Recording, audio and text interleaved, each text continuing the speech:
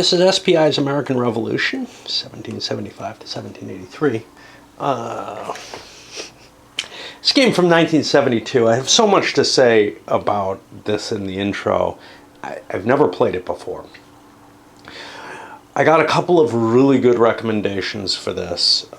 One from Gilbert Collins, and then also Neopatis, both of whom seem to enjoy it a lot.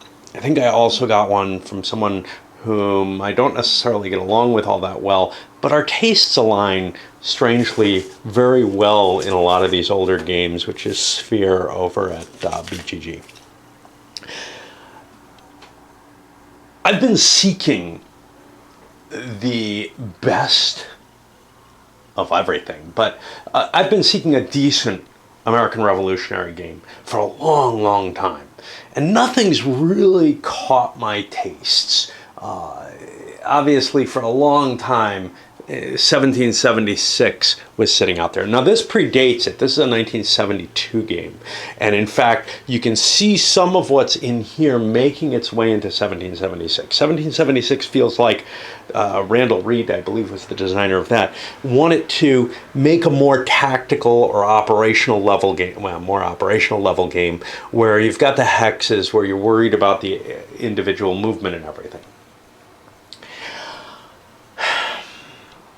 For a number of reasons, 1776 never really hit it for me.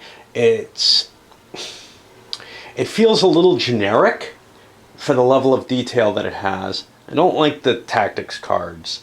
They make it difficult to play solo, and they make it a guessing game, a game of Rochambeau when you're playing opposed. So I don't really enjoy those aspects of it. I also thought that the maneuvering to get yourself into combat was a little too geometric. Now, there are expansions to it, fan-made rules, etc., to try to improve the game, new leaders that came out in the general, all kind of stuff like that. And I did try with some of that. I felt like most of that just was throwing too much weight on a system that wasn't designed to hold it. However, the last time I played it, I think I came to a little bit more appreciation of it. Then we look at, say, Washington's War, and I'll probably be doing a best of after this, because I don't think that, well, there's one more that I want to get played, because I don't have very strong memories of it, which is Richard Berg's 13, The Colonies in Revolt. Also, that one came out in an S&T magazine under TSR. And that had some interesting flavor to it. The component quality is so crappy that, because of the era that it was from, that I think maybe I didn't give it as much of a try as I should have. I've only played it a couple of times, although I've had it not since it came out, but pretty close to that.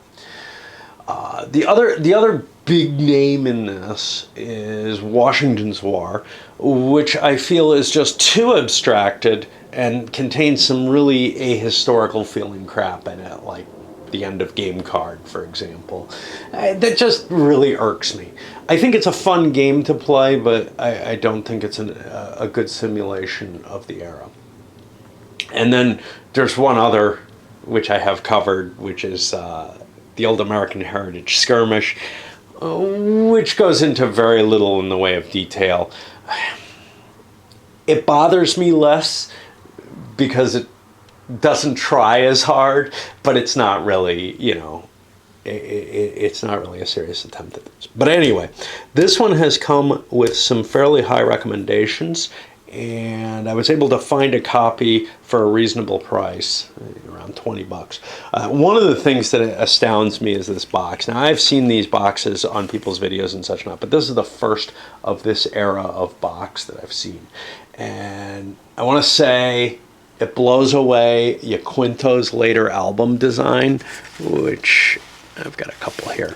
These can hold up better than my old one. But the problem with the album design is you open it up and stuff falls out all over the place. This one, you open it up, it's got a couple nice panels to put your pieces in bags or whatever. And I don't even want to take the tiny die out because it's just so happy in there. I have a little container that I keep those in. So a little bit of errata here, and the rules are not quite. So Dunnigan designed this. He hasn't quite found his template for how rules should always be written. So they're a little repetitive, not very long though. But they could have been shorter, and they certainly could have been more effective. As you can see, there's a fair amount of errata here. I also don't like, this is pre-staple technology being invented apparently. Using the single sheet the same way Avalon Hill tends to do. Okay. Let's take a look at what we have, basically. A bunch of counters, basically strength point counters of different types of units. You have your British regulars, you have your Tory militia, American militia, Continental Army, and then two different types of French units, whether they're regulars or seasonal.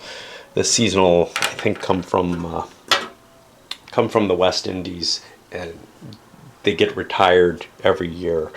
And a few little other informational markers, fortifications. I think these are besiegements. A couple of naval units. The Brits have one on the board to begin with. The map itself is an area map.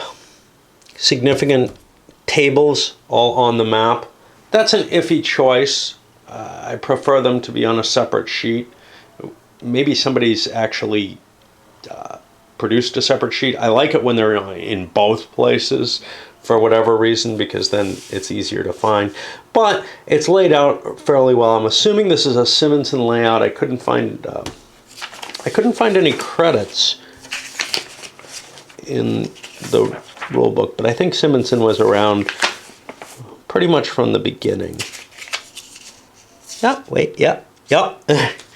And it really does show, you know, his genius in these in the light number of colors. We'll see how it plays out, but the map is very attractive to me in that sort of early SPI style.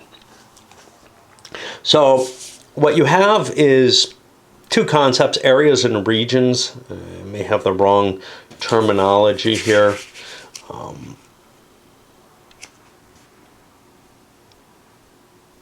Yeah. Okay, so an area is the actual little space that you can move into, and that's going to be your normal area movement. We'll get into the specifics of it, but whereas a region is going to be kind of a colony or something along those lines, which has values similar to the values that the big regions, which were somewhat less less granular than these that show up in 1776 have.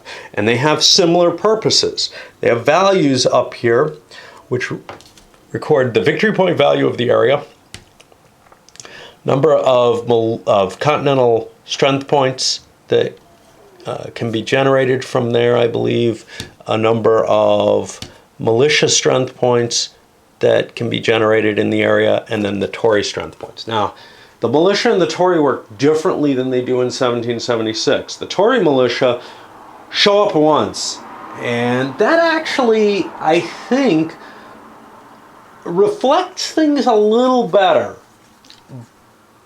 You'll see there's some interesting situations surrounding the Tory militia. And to show that they've been activated, you mark them like this in this TD box.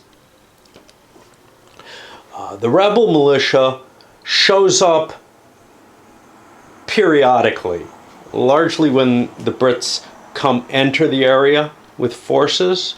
Now, how that's defined, I'm not sure I completely understand, but we'll get to that as I struggle my way through the rules, because I will be struggling. I've read them once, and there may be better explanations out there. I know Fushigi did it, And I know, obviously, Gil Collins, but he tends to do just an overview rather than diving in too deeply into the rules.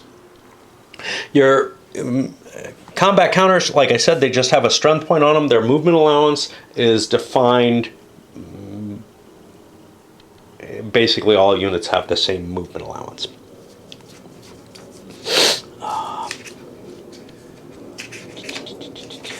Which is dependent kind of on the weather. Okay. Sequence of play, pretty simple.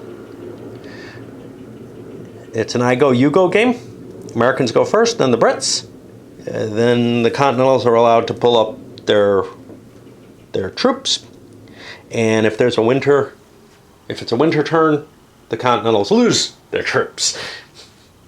Hey, Valley Forge. Okay. During a player turn, the first thing you get to do is you move your forces. Then overseas reinforcements come into play, and they just land on a coast.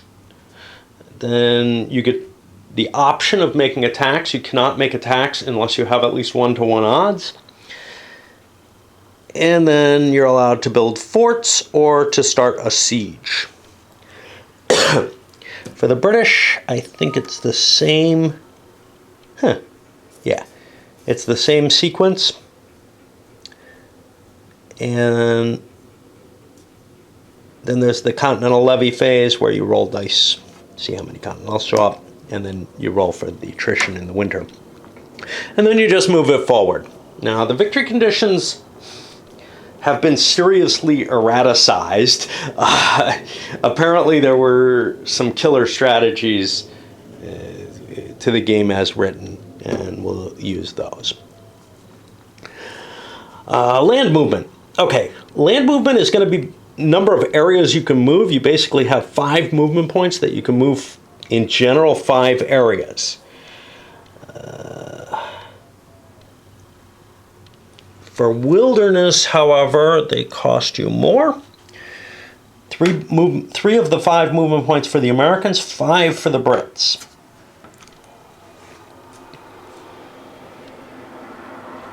Units can be moved either as a stack or as individual. You can break them down into smaller stacks, but there's limits to how you can break down your forces in an area.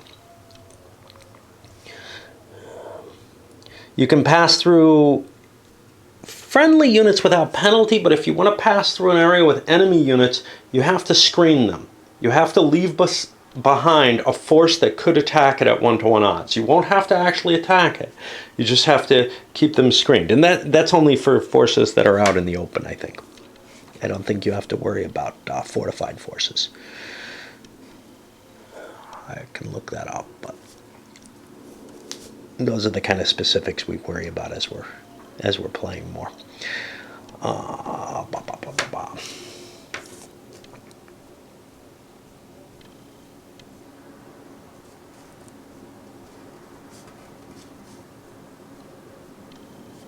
Okay, so at the beginning of our friendly movement phase, the British are only allowed to divide their forces into no more than 2 groups of strength points in each movement area, which limits them to not being able to move to more than 2 other areas, and if they want to leave forces behind, only being able to move into 1 different area.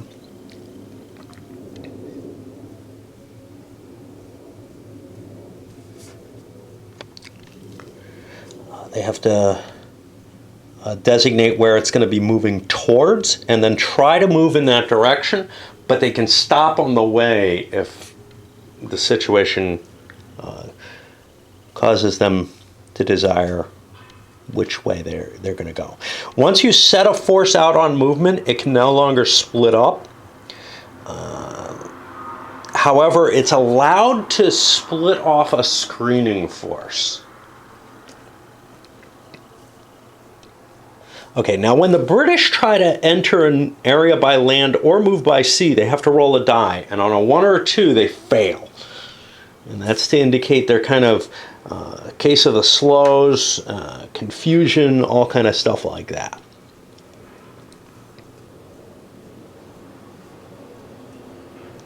As soon as the British units enter a region, the American player gets to throw his militia on the map in any movement area in the region. And then the British player gets to throw Tory units on the map if he hasn't depleted the Tories yet. The American militia... Now, let's see if there's anything on this.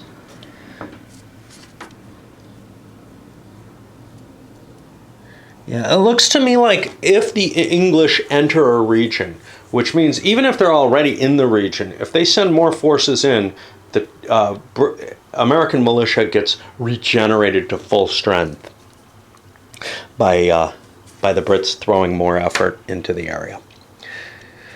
So the American militia can't leave the area they're in, the region that they're in, I'm sorry, when they start. When British leave the region, if it's completely empty, the militia is removed from the map. However, if the British return, or at the end of a game turn in which British control is disputed, the militia come back at full strength. And they can stay in their own region. Tories are allowed to leave their original regions, but when they do so, they turn into British regulars. Now that sounds like an impressive bonus, but it really isn't. Tory militia is actually better than the British regulars for a few reasons.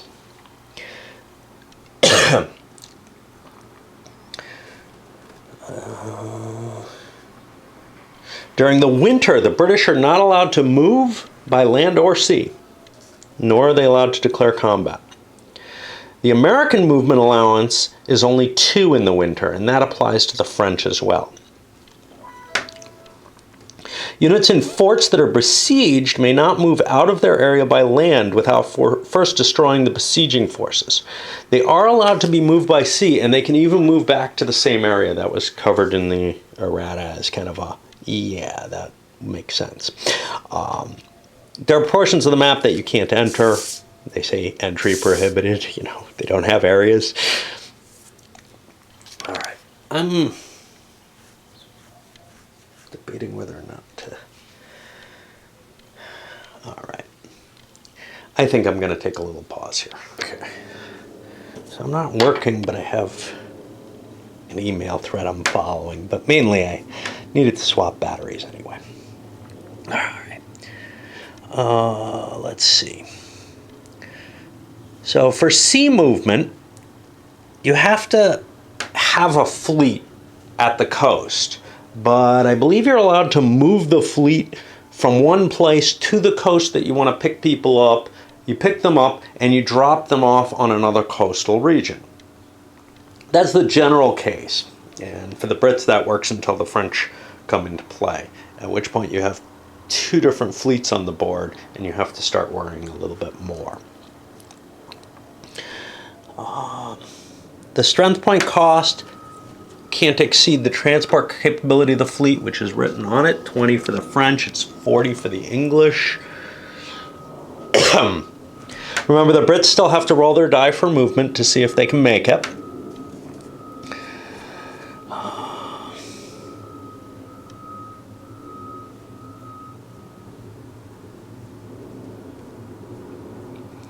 Now the restriction, first of all, you're not allowed to move by land right after you land by boat, but that is handled by the sequence of play. You can't move by sea on winter game terms, although you can move the fleet itself if you wish to. You can always move the fleet itself if you don't move the troops. I'm trying to see the restriction. Basically, I think you can't pick up... Yeah. So land units cannot be moved by sea into or out of areas with an enemy fleet marker. But you can move through an area with an enemy fleet marker. Basically, you can teleport with the boat. It's just that where the fleet's actually operating, you're going to have to figure out a way to get it out of there. So actual combat, this is kind of weird. So combat's resolved by a normal odds determination here, and you have results, one of which is mistakenly written as 1/3 DE, that should be 1/2,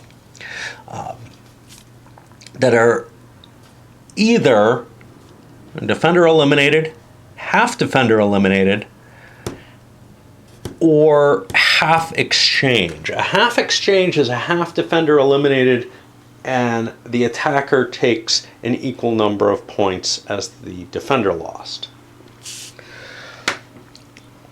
Now, all losses are based on the unmodified strength of the unit. So some units in a fort, for example, will have like a ×3 multiplier, and units besieging a fort have a ×2 against the guys within. So that affects which column you're on, but not the actual strength points lost. Now, you're allowed to attack multiple stacks of units in the same area, and you're allowed to combine multiple of your stacks. And there's a little bit of trickiness with that, but I'm not going to worry too much about that. We'll dig into that as we hit those situations. Reinforcements are listed along here. The Brits get reinforcements, well, they have a column that tells them each point of reinforcements, each point where they're going to get reinforcements. French reinforcements are somewhat variable. What you have in this right-hand column is a bunch of what-if options, and those generate a different number of reinforcements and are all spelled out. Ways to give you, an ability to look at, hey, what would have happened if this was the case? What if the British command was better? What if they had more forces to allocate, etc. Those forces will just drop on the board. Now, is there a restriction? I think there is, that you can't land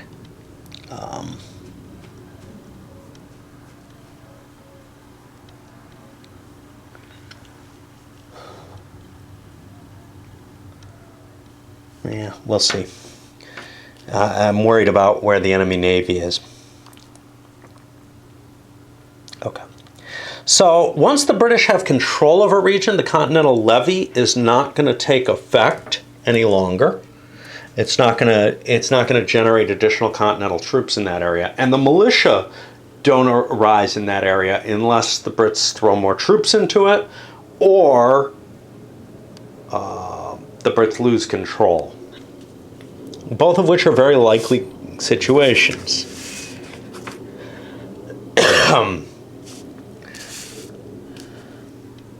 Okay, there's two groups of French reinforcements. They have their permanent and seasonal. The permanent, which is 12 points, become part of the Continental Army once they land, except they don't have winter attrition losses. And they can go wherever they like. However, the seasonal are 6 strength points and the fleet. And the combat points must be in the same coastal area with the French fleet. So if you want to move the strength points, you have to move the fleet. And how that operates, I don't know if they have to use naval movement.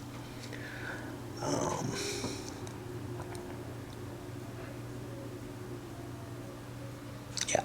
So you're allowed to do sea movement with the Americans into the area as the French seasonal reinforcements, though.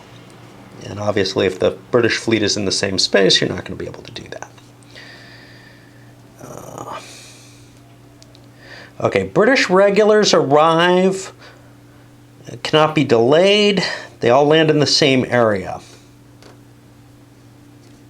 This does not say anything about fleet interference. At the beginning of the game, there are already some British and American forces in North America. We discussed the Loyalists. It's very repetitive.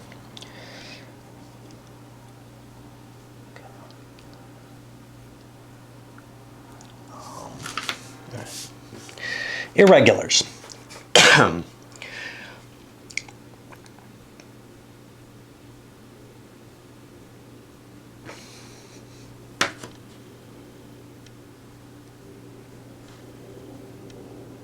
So here's what's interesting. Anytime the British player moves his units into a region which is not controlled by the British player and where the American militia is not already on the map, so you can actually move into controlled areas, the full number of militia as printed on the map is placed on any one movement area.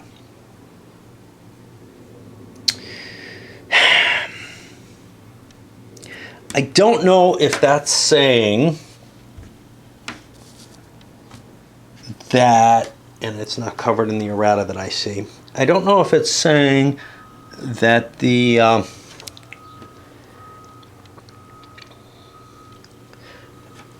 if any militia are there, then none show up, or if it's saying they should be recharged. It makes most sense to me that they should be recharged.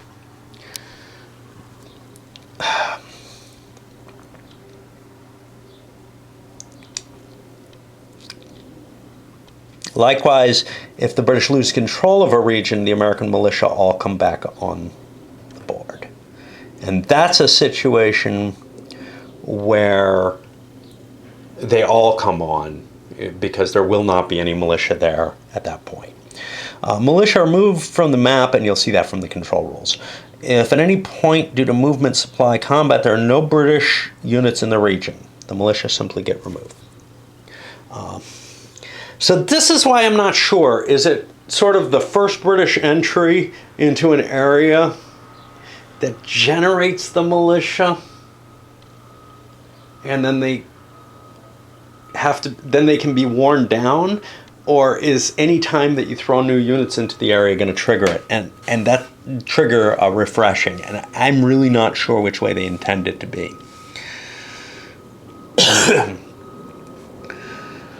All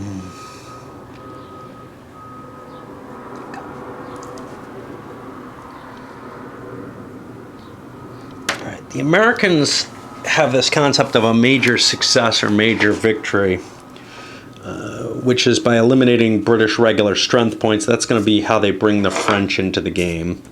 Kind of like skirmish. And any other. I mean, the French should be dependent on the American success at wiping out a significant British army.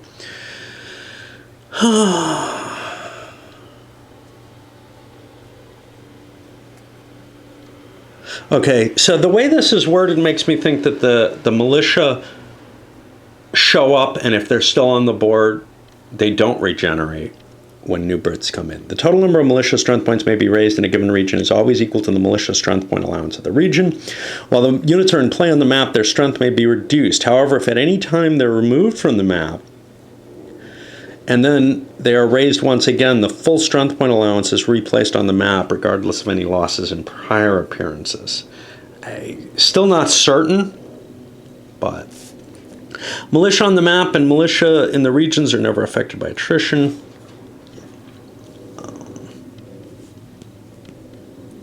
Militia and Tory are not affected by the fleet markers. The militia in a given fort. Okay, if you want to put militia in a fort, you have to equal or exceed them with non-militia strength points in the same fort at the end of each American movement phase. If you have excess, they'll be eliminated.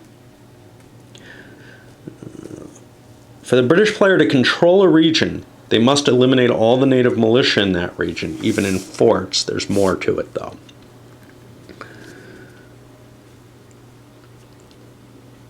The first strength point to be removed is a militia or Tory point. The second strength point is a continental or regular. After this, the player can allocate losses however they like. Okay, to control a region. The British control a region if they've destroyed all the American militia and they have at least as many strength points equal to the total of the region's victory point value plus the combat strength of the American forces in the region. So the victory point value is up here, and that's how much it's going to take to control the region, assuming no continentals in the area. The Americans control a region if there's no unfortified British forces in the region. Canada, however, will be controlled by whoever has the most strength points in Canada. And the British control it in case of a tie.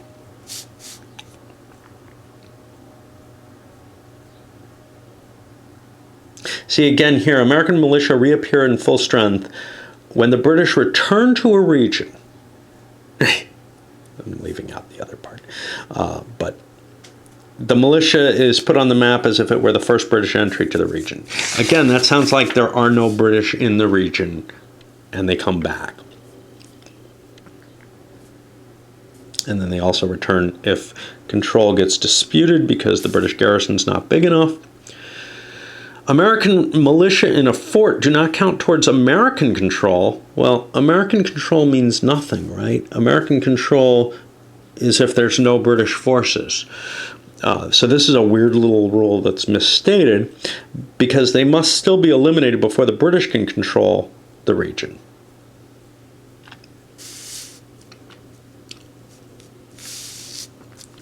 Okay, supply. Hey, I can pause because I paused already. If you're not in supply, you're devastated. Your units are just destroyed. But how do you get in supply?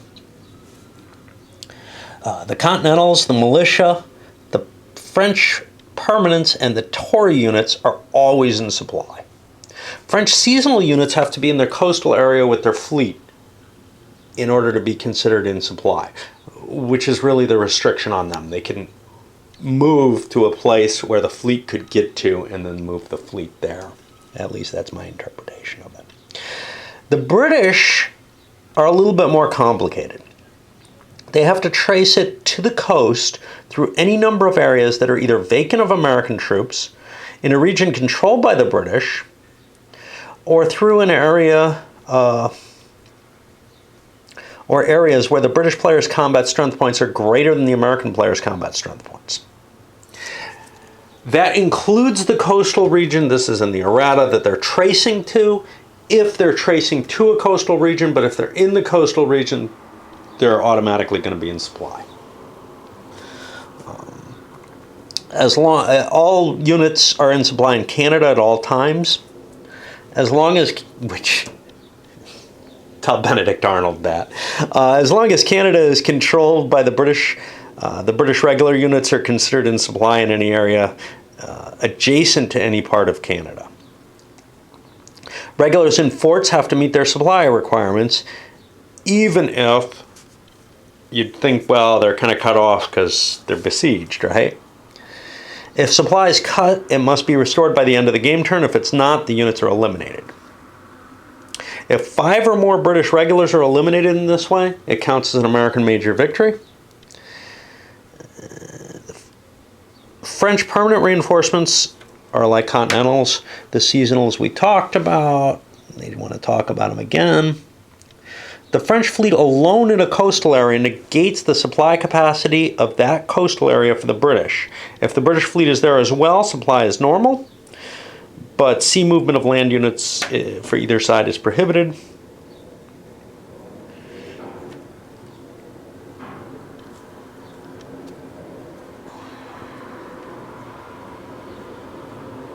The French are able to escape with their seasonal reinforcements, even if the British fleet is there to prevent that from happening.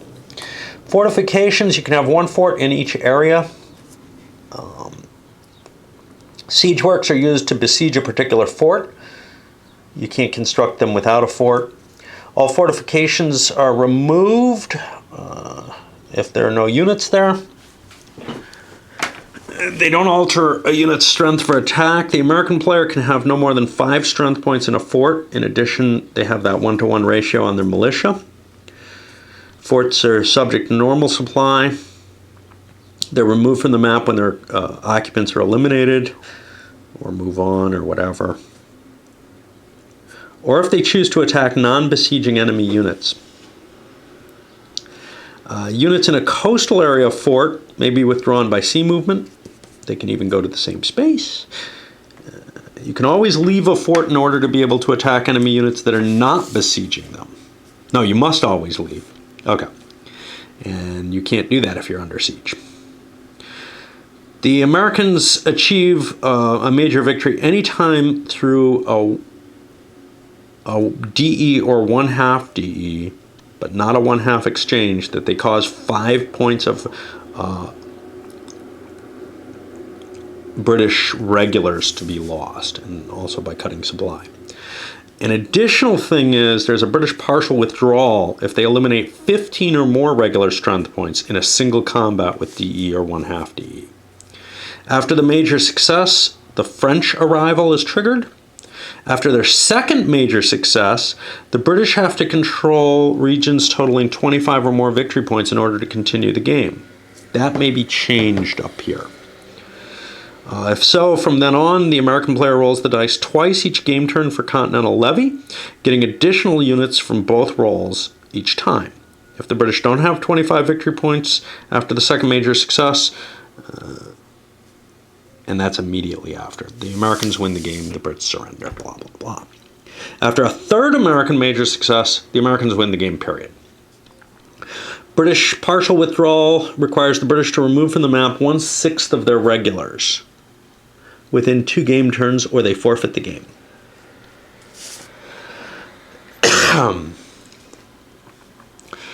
When the first American major success happens, the French will arrive 6 game turns later. They get 12 strength points of regulars, of permanent forces.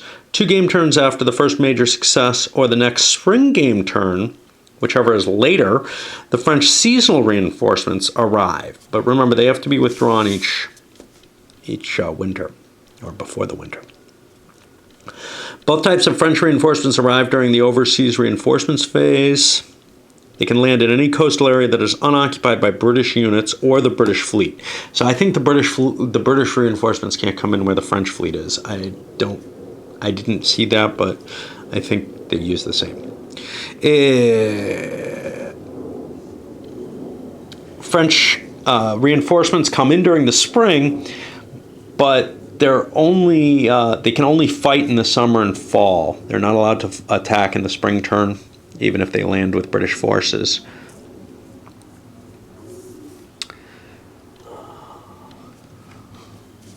We repeat some things that we've said before.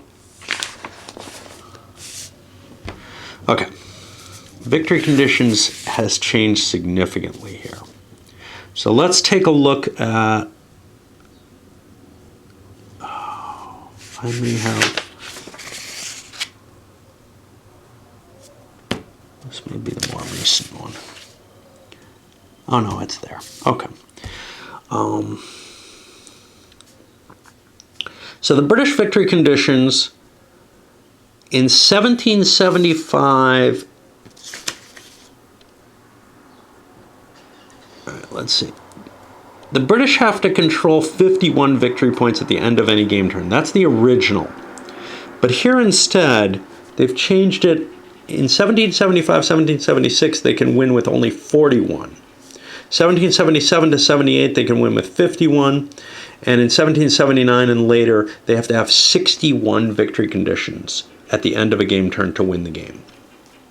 For the Americans, they have to win 3 major successes, or 2 major successes and limit the British to no more than 24 victory points at that moment, or they have to make it through the end of the game. There's a whole bunch of options, which often involve new troops showing up or delayed forces, and they give you more opportunity to look at what the game's, what situations that were historically plausible but didn't actually happen. For example, the British militia during the Napoleonic Wars garrisoned Ireland and other key locations voluntarily. They offered to bring the militia up to go do that work, so the regulars were released to actually fight. This didn't happen during the American Revolution because it was an unpopular war, so the popularity could affect the amount of troops that show up. And these are all offset by setting the number of victory points that the British need to get. So, for example, if the American government is stronger, Continentals would have been more efficient. Americans roll twice every spring and summer game turn. Well, that's obviously a major advantage for the Americans to get all those extra Continentals. That reduces the British requirement for victory by 21 points, which is pretty huge. And I believe I believe you can't go more than 21 points in any one direction. So you couldn't combine this with another option in that case. But anyway, a lot of interesting little options that could have been done that affect the different when troops would be available, etc. And that gives you some more replay to the game if you find that it's becoming kind of stayed. But from what I understand, you can get a lot of plays out of this sucker with just the historical situation. That it is a pretty interesting game. All right, let's send this up and we'll start playing sometime after I start work or after I finish work.